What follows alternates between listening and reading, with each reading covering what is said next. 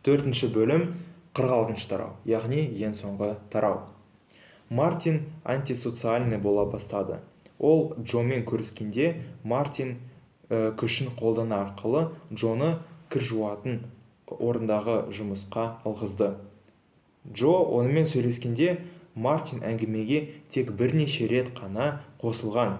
Әңгіме барысында Мартин ұйқыға шомған, тіпті Джоға ештеңе айтқан жоқ. Оянғанда Джоның кеткенін түсінген. Кейін ол Джоға сол кір жуатын орында жұмыс істеу міндеті емес екенін айтты.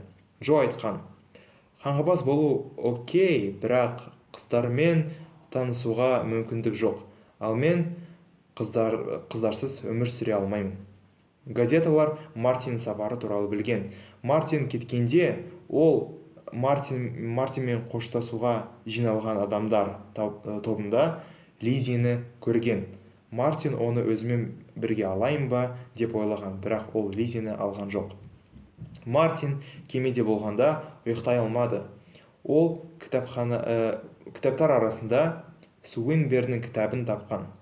Романның ең басында Руф Мартинмен ең бірінші танысқанда, Руф Мартинге осы Суинбернің кітабын берген ғой. Енді Мартин оны оқи бастаған. Тіпті қызығы пайда бола бастады. Енді ғана Мартин Суинбернді түсінген.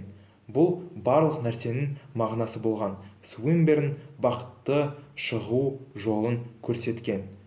Мен осымен келіспеймін, біз оған әлі ораламыз. Мартин кеменің ішінде тұншығу арқылы суицид жасауға тырысқан. Міне осылай Мартин Иден өлді. Енді қорытынды. Мен барлық шығармалардың тек бір ғана белгілі бір идеясы, бір ғана белгілі бір қорытындысы бар деп ойламаймын.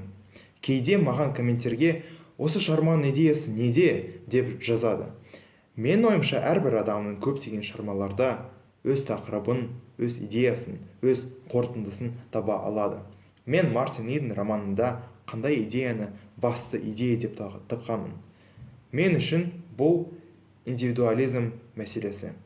Романның ең соңына қарай Мартиннен көптеген адамдар бұрылған.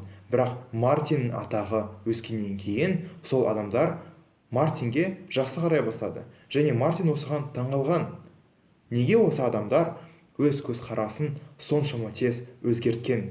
Руф, Гертруда, мистер және миссис Морс, Мартиннің екі күйеу баласы, Блаунд, баспа журналдар. Мартиннің неге қазір не өзгерген деген ойы шығармада 5-10 рет қайталанған болатын. Соны қалай түсіндіруге болады? Мен ойымша осыған түсініктеме көптеген адамдардың өз жеке пікірлері болмауы және қоғамның пікіріне сенуі. Қоғам нормальны өмір сүру үшін серьезный және стабильный жұмыс алу керек деп санайды. Қоғам IT-ге бару керек деп санайды. Қоғам белгілі бір шығарманы, немесе әнді, немесе фильмді жақсы деп санайды.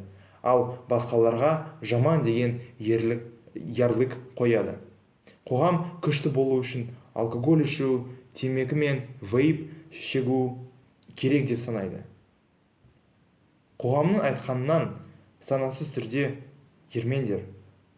Қоғам нормаларының, сендердің құндылықтарына әсер етуге рұқсат бермеңдер. Қоғамның пікірін білу пайдалы бола алады. Алайда өз жүрегіңді тыңдау да өте маңызды. Енді суицид туралы. Мартин шығармада өте ақылды адам ретінде көрсетілді. Бірақ Мартин суицидті жасағаны, суицидті жасау дұрыс әрекет деген сөз емес.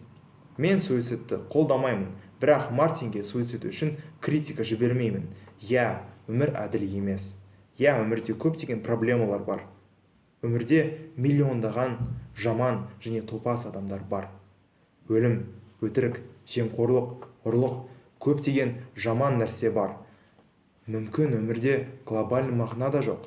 Мен білмеймін. Бірақ мен ойымша өмірде көптеген әдемі нәрселер және сәттер бола алады. Осы кішкентай нәрселер адамға ләззат бере алады. Мен алкоголь, темекі, вейп және есірткі туралы айтпаймын. Конкретно осыған мен қарсымын. Мен басқа нәрселер туралы айтып отырмын. Фильм қарау, музыка тыңдау, тамақ жеу, пицца, жемістер, палау, тортик, отбасымен бірге қыдыру, достармен сөйлесу, басқа елдерге сапарға шығу, саған ұнаған қызбен танысып, оны кафеге шақыру, ән айту, күннің батуына қарау, кітап оқу, YouTube каналды ашып, видео түсіру, мақсаттарға жету. Осымен болды. Джек Лондонға осы шығарма үшін үлкен рахмет. Осы шығарманы оқуға маған кеңес берген мұғаліміме үлкен рахмет.